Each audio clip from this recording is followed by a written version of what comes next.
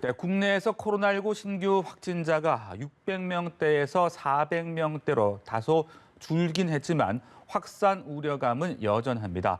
정부는 오늘 26일 시작되는 백신 접종을 앞두고 거리 두기 등 방역 수칙 조정을 검토할 예정인데요. 관련 내용 전문가 모시고 이야기 나눠보겠습니다. 유병욱 순천향대 서울병원 가정의학과 교수 나와 계십니다. 안녕하십니까? 네. 앞서 저희가 전해드린 대로 어제 국내에서 코로나19 신규 확진자 416명 발생을 했습니다. 그러니까 600명대에 비하면 상당히 좀 줄긴 했습니다만은 아직도 이 400이라는 숫자는 적지 않은 숫자인 것 같은데요. 이게 좀 감소세로 접어들었다고 봐도 되는 것인지 아니면 일시적 현상으로 봐야 되는 것인지 어떻게 분석할 수 있겠습니까? 우선 400명대로 좀 줄어드는 것은 아무래도 검사 건수가 좀 줄었던 영향도 있지만 네. 사실 금요일과 토요일을 단순 비교했을 때 금요일과 토요일의 그 확진자 숫자가 400명대인데요. 토요일에는 실질적으로 검사 수가 줄었는데도 불구하고 수치가 그렇게 줄지 않았죠. 네. 따라서 오늘의 검사 건수가 내일 반영돼서 나오는 경우에는 300명대 후반 또는 400명대 초반으로 다시 나올 수 있는데 이는 역시 확산세를 우리가 100% 가늠하기 어려운 상황이라고 말씀드리겠습니다. 현재 상황은 4차 유행의 전조다기보다도 실질적으로 3차 유행이 진행되고 있는 거에 마무리 단계에서 네네. 설 연휴라든지 대형 병원 또는 이제 대형 사람들이 많이 모이는 곳에서 공장 등에서 집단 감염이 나타나면서 3차 유행의 마무리가 지속되는 형태, 여기에서 사회적 거리두기의 완화와 설 연휴로 인해서 다시 4차로 넘어갈 수도 있는 그런 고비에 있는 단계라고 말씀드릴 수 있습니다. 네, 이 정부도 이 집단 감염이 계속되고 있다면서 재유행 가능성도 좀 경고를 하고 있는 상황이고요. 이번 주말 거쳐서 이제 주 초반까지 좀 확산세를 지켜본 뒤에 거리두기 조정 여부를 다시 상향할지 조정 여부를 검토하고 있다고 합니다. 어떻게 전망을 하고 계십니까?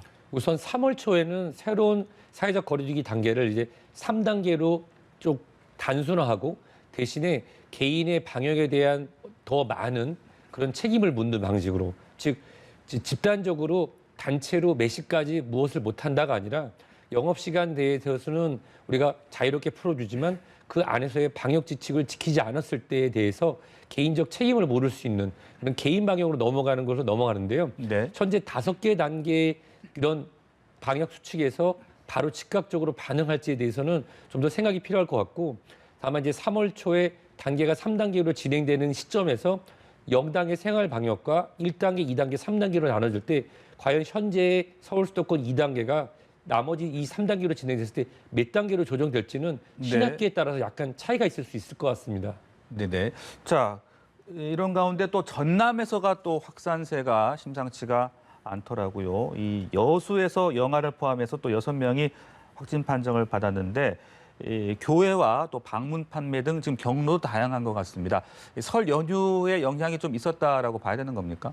우선 설 연휴에 영향이 나타날 수 있는 시점이 이제 금요일, 토요일, 일요일, 오늘부터 이제 증상을 보이거나 또는 증상이 없었다고 하더라도 확진되셨던 분하고 동선이 겹치는 분들이 검사가 증가되면서 나타날 수 있는 그런 시기입니다. 안타까운 것은 이미 우리가 대형 교회 또는 종교시설 또는 방문 판매 등에서 집단 발병이 시작되는 그런 것이 마스크 착용의 미비라든지 음식을 나눠 먹는다든지 이러한 방역 수칙이 어기면서 나타나는 게 많았거든요. 근데 이런 것들이 반복되는 것은 아마도 우리 사회 전반에 퍼져 있는 코로나19에 대해서 우리가 오랜 시간 진행되면서 개인적인 이런 경각심이 떨어진 것이 아닌가라는 그런 걱정이 있습니다. 네. 하지만 다행인 것은 이러한 것들이 집단 발병으로 이어진다기보다도 대부분이 개인 방역을 지키고 있기 때문에 산발적인 감염으로 그칠 가능성이 높다고 판단됩니다. 네. 자, 그리고요. 이 대학병원, 일반 병원 등 의료기관에서의 집단 감염도 계속되고 있습니다. 또 우리 교수님 근무하고 계시는 순천향대 병원에서도 또 확진자가 더 늘면서 200명대까지 늘었던데요. 이 의료기관에서 이렇게 집단 감염이 계속되고 있는 원인 어떻게 짚어볼 수 있는 겁니까? 저는 우리 시청자 여러분들께 이렇게 네. 말씀드리고 싶습니다.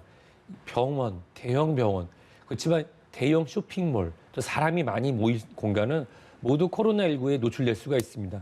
근데 병원 같은 경우는 특수한 것이 아무래도 면역이 약하거나 치료를 위해서 오시는 분이 많고요. 네. 또 병약하신 분들인 경우에는 보호자가 꼭 있어야 되기 때문에 항상 보호자와 밀접 접촉을 하고 또 의료진과의 치료 상황에서 밀접 접촉이 일어나는 곳이기 때문에 방역 수칙을 지킬 것이 더 필요합니다. 특히 네네. 입원하신 분들 경우에는 입원 시에는 절대로 의료진의 허락 없이 외출 또는 병원 근처 식당을 이용하거나 또 병원 내에서 면회가 지금 금지되고 있는데요.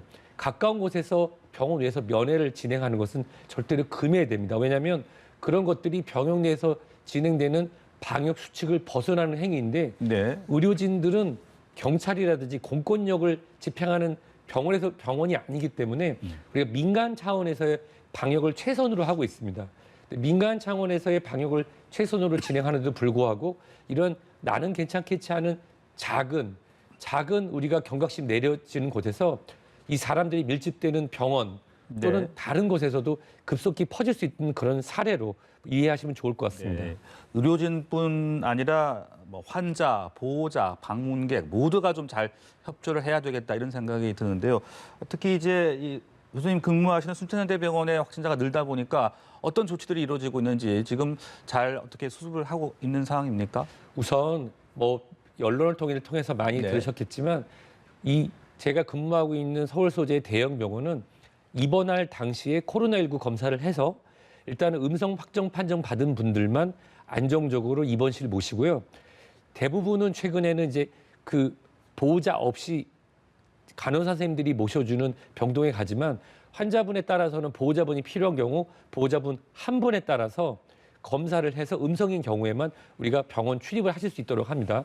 그리고 입원해서 5일마다 검사를 해서 또 네. 지속적으로 안전하게 모실 수 있도록 하는데 그 5일째 검사할 때 2분이 발견이 됐던 거고 그 이후로 이제 선제적 조치로서 전 직원 그리고 계시는 환자분과 동선이 겹친 분들을 대해서 전수 검사. 저 같은 경우도 검사를 지금 그 이후에 3번 받았고 네네. 지난주 금요일에도 검사를 받았는데요.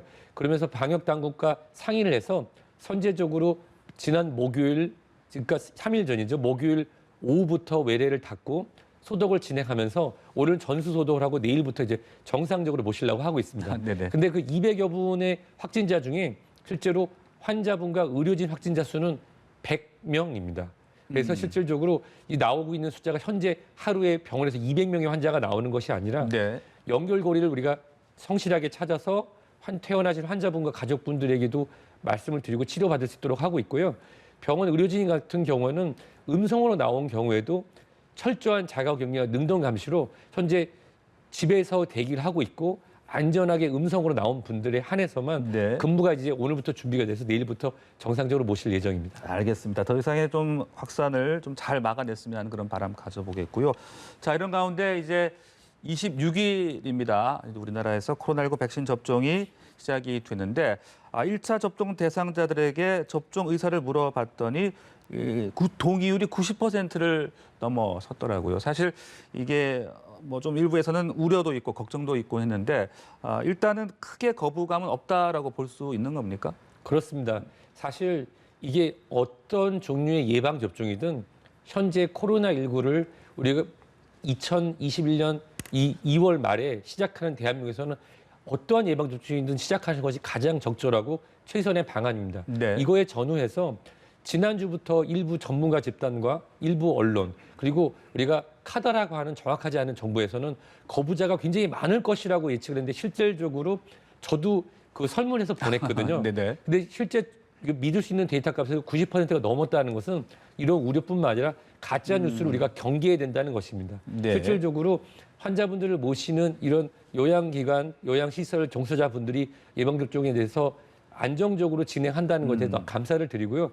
예방접종은 안전하기 때문에 더구나 65세 미만에서 우선적으로 예방접종해서 부작용이 없는 걸 보여드리고 이제 3월 말에 이런 결과에 따라서 65세 이상도 진행된다고 하면 좋은 선택이었고 또 잘 따르고 있다라고 우리 대한민국은 현재 청신호다. 예방접종에 첫 단추를 잘 끼고 있다라고 감히 말씀드릴 수 있을 것 같습니다. 네, 그런데 물론 뭐 수치상으로는 좀 적습니다만은 여전히 거부한 사람도 있긴 있는 거고요. 또 이 거부하는 사람의 경우에는 뭐 강제적으로 맞게 한다라든지 혹은 또 어떤 불이익은 있다라든지 그런 것들은 없는 겁니까? 절대 불이익이 있어서는 안 됩니다. 네. 대한민국은 자유민주주의 국가이고 헌법에서 보장하는 개인의 자유가 있기 때문인데요. 가장 예방접종을 많이 시행했다고 하는 이스라엘 같은 경우도 20여 %에서는 현재 또 거부를 하고 있습니다. 네. 그 얘기는 뭐냐면 예방접종에 대해서 개인적인 그런 믿음과 신뢰가 같이 진행돼야 되는데 우리가 예방접종이 빠르게 진행되고 있는 아랍에미리트인 경우에도 거기 현지에서 근무하시는 외국인 노동자라든지 또 일부 층에서도 여전히 거부하는 층이 있거든요. 네. 그분들에 대해서에 대한 우리가 존중을 진행하지만 다만 예방접종이라는 것은 바이든 대통령이 어제 얘기를 했더라고요. 본인의 건강 그리고 자산, 가족의 건강, 사회와 국가를 위해서 국가의 자유를 보장받는 사람의 권리를 행사하기 이전에 또 의무로서 진행하는 것이 좋겠다라고 얘기를 했습니다. 따라서 예방접종을 진행하는 데 있어서 네. 거부하시는 분들에 대해서 절대로 어떠한 불이익이나 우리가 주홍글씨라고 하죠. 낙인 찍기나 해서는 절대로 안 되고요. 일부 국가에서는 예방접종 한 후에 무슨 녹색 카드를 주거나 그런 구분하는 것을 진행할 수도 있다는데 대한민국에서는 절대로 그런 것은 진행해서는 안 됩니다. 네. 더 안전하고 국민들이 이해할 수 있는 방식으로 더 많은 참여를 끌어올리는 게 우리의 숙제가 될 것 같습니다. 네, 자, 이런 가운데 정세훈 총리가 또 백신 유통 현장을 점검하기도 했더라고요.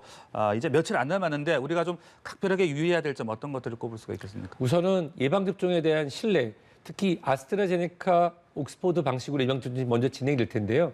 이 예방접종은 해외에서 나오는 안정성과 수치를 제하고도 기존에 우리가 늘 안전하고 맞았던 독감 예방접종과 이 방식이 같기 때문에 안전하게 할 수 있습니다. 예방접종을 앞두고는 본인의 건강 상태를 잘 살펴서 감기 기운이 있는지 만약에 좋지 않다고 하면 미리 알려서 우리가 발생할 수 있는 부작용을 미연히 예방하는 게 좋고요. 네. 예방접종을 한 이후에도 2, 3일 정도는 안전하게 개인 관리를 잘해서 이 만일에 발생할 수 있는 부작용에 대해서 개인적으로 또 기관에 알릴 수 있는 그런 자세가 필요할 것 같습니다. 네, 자 그리고요, 이 셀트리온이 항체 치료제 레키로나주 예방 효과를 확인하기 위한 임상 시험을 아직 하고 있지 않은 것으로 지금 확인이 되고 있습니다. 지금 확인한 결과 임상 시험을 하지 않고 있는 이유는 무엇이고요? 후속 절차에는 크게 문제는 없는 겁니까?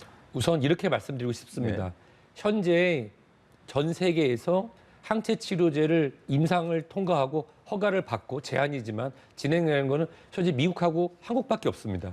이런 상황에서 이 여러 가지 치료제가 앞으로 나오겠지만 선발적으로 개발되어 있다는 것에서 굉장히 큰 의미를 두는데요. 저도 이제 이런 여러 가지 임상을 진행하는 대학 교수인데 제가 하는 거는 비교적 어려운 것은 아니라서 네. 참여할 수 있는 환자분들의 자발적 동의를 얻기가 쉬워서 실질적으로 이 임상의 기간을 짧게 하고 임상 허가를 받을 수 있거든요. 하지만 이 코로나19라는 상황에서 코로나19에 감염되신 분들 중에 경중증 환자분들에 대해서 이런 것을 막겠습니까? 동의를 얻고 의료진과 환자분, 보호자분들 충분히 설명 듣고 동의를 해서 진행을 해야 되는 상황이기 때문에 그걸 우리가 인롤이라고 하는데 자발적 참여자나 또 실질적으로 이 치료를 받을 만한 군을 선택하기가 쉽지가 않습니다. 따라서 네. 어떻게 보면은 이게 언론에서 나오는 그런 보도에 우리가 방향성이라고 할까요? 지금까지 없었다. 진행되지 않고 있다가 아니라 네. 진행을 하고 있는 중에 아직까지 이런 적정한 임상에 참여하실 분이 없었기 때문에 앞으로 진행되는 속도는 좀 느리겠지만 네네. 진행되고 있다고 이해하시는 게 더 좋을 것 같습니다. 네, 알겠습니다. 지금까지 코로나19 관련 내용들 자세하게 짚어봤습니다. 말씀 고맙습니다.